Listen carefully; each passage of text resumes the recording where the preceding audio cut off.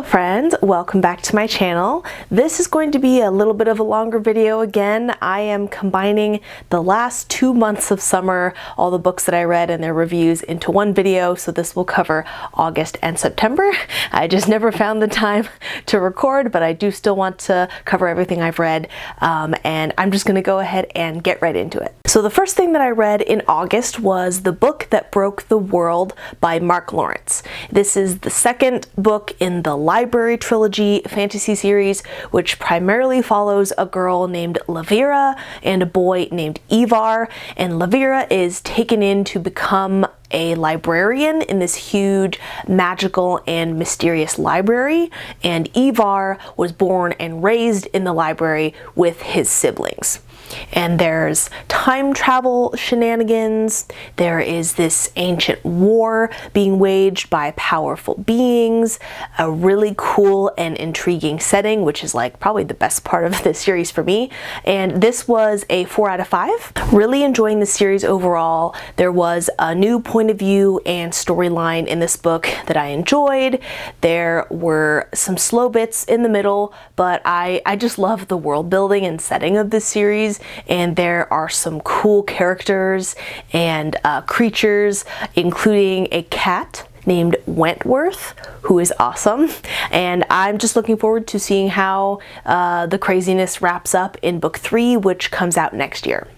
Dear Girls by Ali Wong. She is a comedian from LA and wrote this memoir in the form of letters to her 2 young daughters, and she talks about motherhood, her experiences traveling abroad, how she met her husband, about growing up Asian American, and what it's like to be a woman in stand-up comedy, which is primarily dominated by men, and just all sorts of things. And I do have the physical copy. I found it at Goodwill like a long time ago, and I think it's actually signed. Yeah, it is apparently signed by Ali Wong, but I did decide to go audiobook for this. My library had it available, and I think that it was the right choice. She narrates the audiobook, and this was a 4 out of 5. I think Ali Wong is freaking hilarious. I cried laughing at all 3 of her comedy specials. She's just crass and like nasty and gorgeous, and I think that some of the lines in here and jokes came across a little awkward and forced just in book form. I think it would have come across a little less maybe cringy, like audibly in a set, you know, but overall it was still very funny, relatable at times, and validating. Gardens of the Moon by Steven Erikson. This is the first book of the infamously complex high fantasy series Malazan Book of the Fallen. I have finally started reading this series after being, I don't know, just kind of hesitant and scared to start it for years. People have a lot of opinions about it, both good and bad, and in like the broadest strokes, the Empress of the Malazan Empire is trying to take over the free cities on the continent of Genebakis, and you're following many different characters, some who work for the Empress and some who oppose her, and most of the book takes place in the last of the free cities called Darujistan that she has kind of turned her sights to conquering. And the gods of this world are exerting their influence over mortals. There are very powerful forces converging. It's very epic. And this is just, you know, the first book, and I gave this a 4.5 out of 5. I like Erikson's writing style. I like the huge intricate world building is just one of my favorite parts of fantasy books, and I did have the advantage of living with someone, my fiance, who has read the series multiple times and knows a lot about it, so I was able to ask him questions when I was confused. There are a lot of characters, and my personal favorites were Croup and Animander Rake. It's pretty dense. There's a lot to keep track of, but I enjoyed it, and I'm definitely going to be continuing the series. Vicious by V.E. Schwab. This is the first book in the Villains contemporary fantasy duology, which is actually becoming a trilogy. She is writing the third book right now, and it's about these two guys, Victor and Eli, who were college roommates and experimented to gain superpowers and wind up as enemies. And you flash between their college years and the present day, with Victor getting out of prison and hunting down Eli. And neither of them are great people. And I gave this a 3.5 out of 5. I liked it on the whole. It has the feel of a comic book in novel form, which at times was, very cinematic and fun, but the characters are pretty shallow and not really delved into, like, their backstory. In general, I tend to prefer plot-driven books over character-driven books, so it wasn't a huge deal, but I wish that Victor and Eli were kind of more fleshed out, because they're interesting. And there were also some plot holes and things really that kind of worked out because plot, in my opinion, but it was entertaining reading about, these two kind of villain characters. And the secondary characters were great too. This was an easy read, and I'm definitely continuing the series. So those were the books that I finished in August, and now let's start in with the books I read in September with He Who Fights with Monsters by Shirtaloon. This is a lit RPG fantasy about a guy named Jason Asano from Australia who wakes up one day transported to a fantasy world, and he acquires these magical abilities while trying to figure out what happened to him. And he meets other adventurers, fights monsters, and gets wrapped up in local politics and stuff. And I gave this a 3 out of 5. This is my first lit RPG, and I'm interested to see how other authors do it. And this started off strong. I thought it was funny. I was fascinated with the world and, the powers and leveling up and just, the experience of an RPG in book format. But my biggest complaint wound up being Jason. He starts out charming and funny, but transitions to being just kind of insufferable and, snarky, and just, gets his way all the time, and everyone likes him because he's just like so clever and so altruistic and just so different from everyone else. It just gets really obnoxious for me. I liked the setting. I liked all of the powers people have, combining all of these different elements, but I found myself struggling to get through it, and I don't care enough about anyone or anything going on in it to continue the series. The Water Knife by Paolo Bacigalupi. I did listen to this on audiobook, narrated by Almari Guerra, and this takes place in a future where climate change has caused a severe drought, water crisis situation in the southwestern United States, and you're following Angel Velasquez, who is a water knife, which is basically like an assassin, spy, thug who goes around violently bullying people into giving up their water rights for his boss. And there's also a journalist named Lucy who gets in over her head, and a girl named Maria who is just trying to survive in a very harsh world. And their stories intertwine. I gave this 3 out of 5 stars. It was good, but not really my cup of tea in general in terms of, I guess, genre. At times it was, it felt very grounded in the real world in a way that I didn't care about or wasn't really able to follow easily. The author sometimes gets into economics or water rights politics or just, some real world things that just kind of went over my head.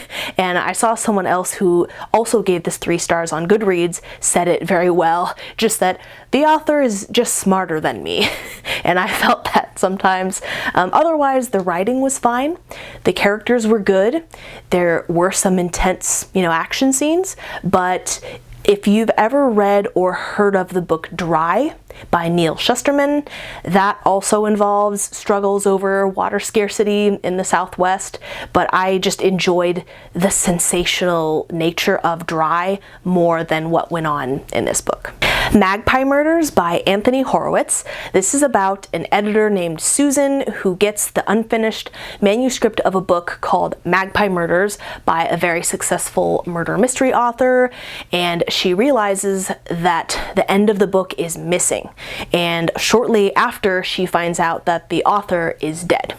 And she starts to suspect that he was murdered, and his manuscript may have clues to what really happened to him. And the first half of the book is the author Alan's book, Magpie Murders. And then it switches to Susan's perspective as she tries to figure out, find the missing chapter and find out what happened to Alan.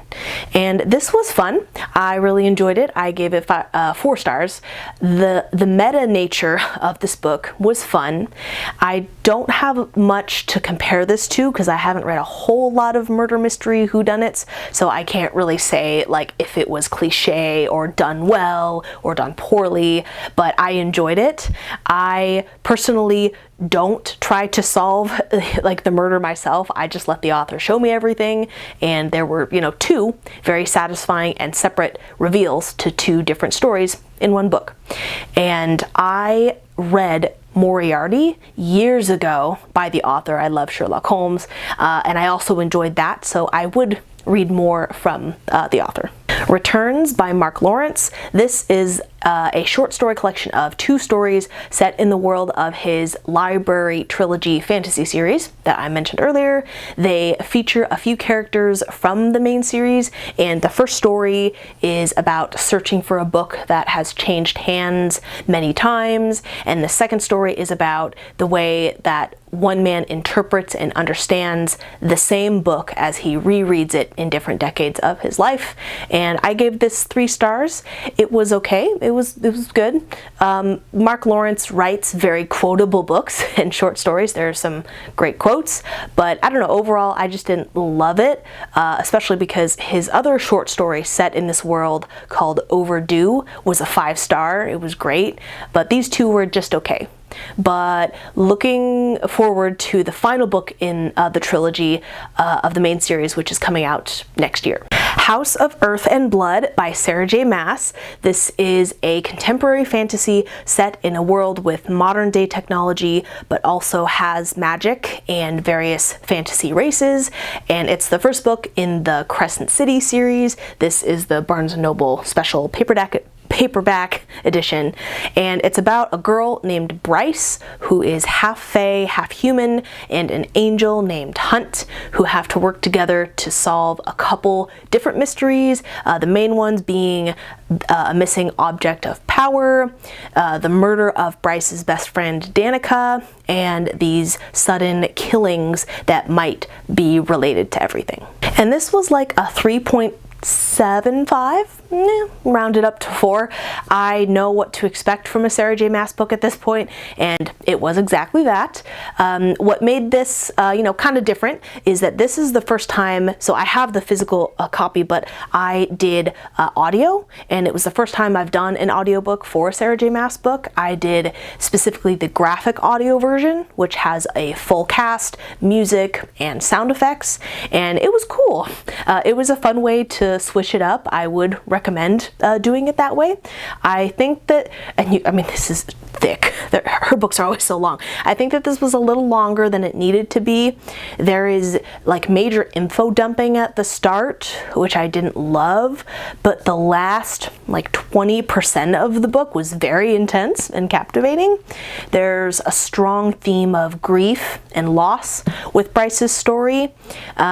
The next Sarah J. Maas book I'll be reading will be A Court of Silver Flames, not book 2 of Crescent City. I am ever so slowly making it through all her series. I now, at this moment, only have 3 books to go before I'm caught up. We'll see if I manage to read them before she releases another book. King's Rising by C.S. Pacat. This is the final book in the Captive Prince trilogy. This is a fantasy series about Prince Daemon, who is captured by his brother, who desires the throne and is shipped off to the neighboring kingdom to become the pleasure slave of Prince Laurent. And it's a political fantasy with some smut and a super slow burn enemies to lovers romance. And this was also like a 3.75, and to be honest, most of my complaints are with Laurent. I just don't really like him. He's a very cold and calculating and stiff character who I just found hard to like. Simple as that.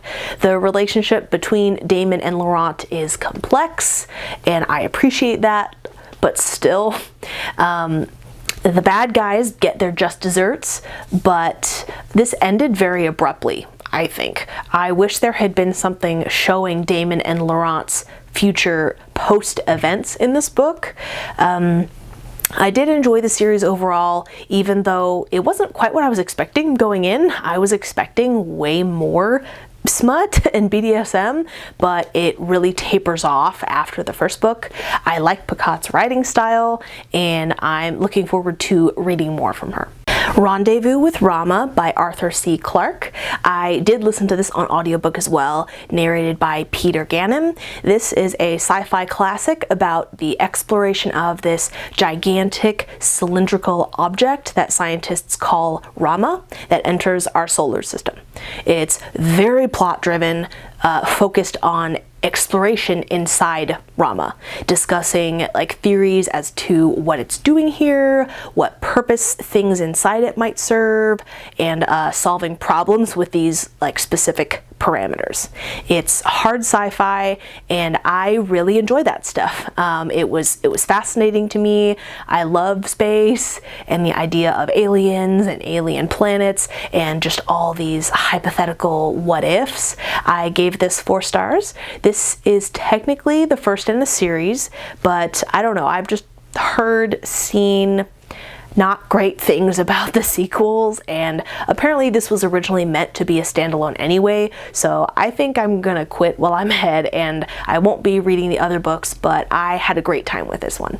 The Wicked King by Holly Black. This is the second book in the Folk of the Air trilogy, which is a contemporary fantasy, and you're following a mortal girl named Jude who is spirited away along with her sisters from our world to the fairylands of Elfheim to be raised by the fairy who murdered their parents. And Jude is trying to survive in a world that is hostile to her, and she gets wrapped up in crown politics and a court of spies and gets mixed up with the cruel Prince Carden.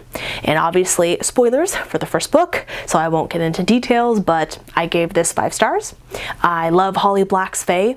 They are tricksters, they can't tell lies, it just makes for great drama. Jude is a great heroine.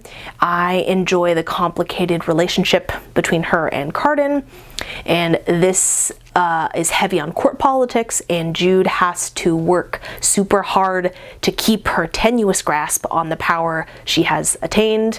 And Black's writing is simple, but conveys a distinct tone without coming across as cringy or try hard.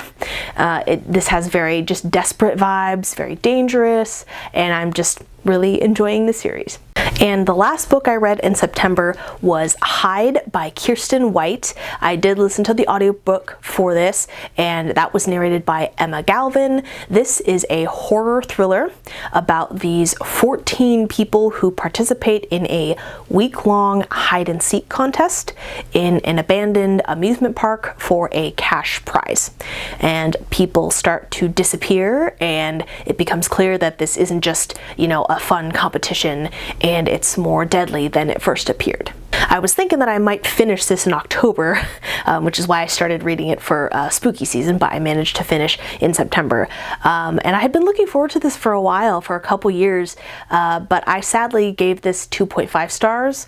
I love horror set in abandoned theme parks, but the vast majority of the horror in this happened off page or in one of two big info dumps that take the form of journal entries.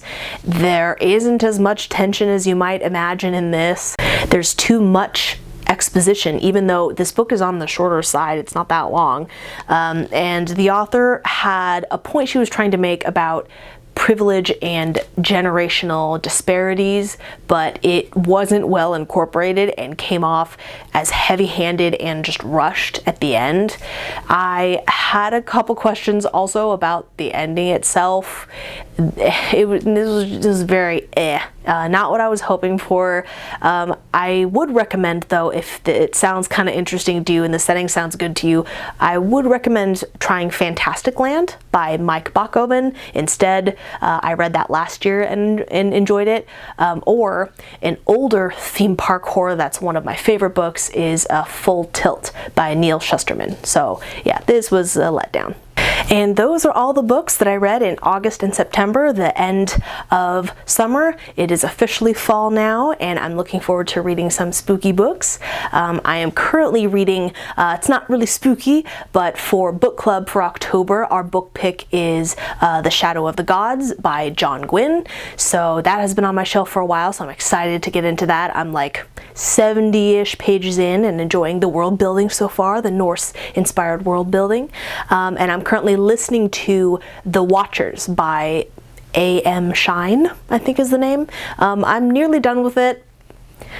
It was also okay. There are some spooky moments, but 70% through, I was like, there's still 30% left of this book. I don't know, something about it isn't quite working for me. But yeah, I'm excited to read a bunch of spooky books for fall.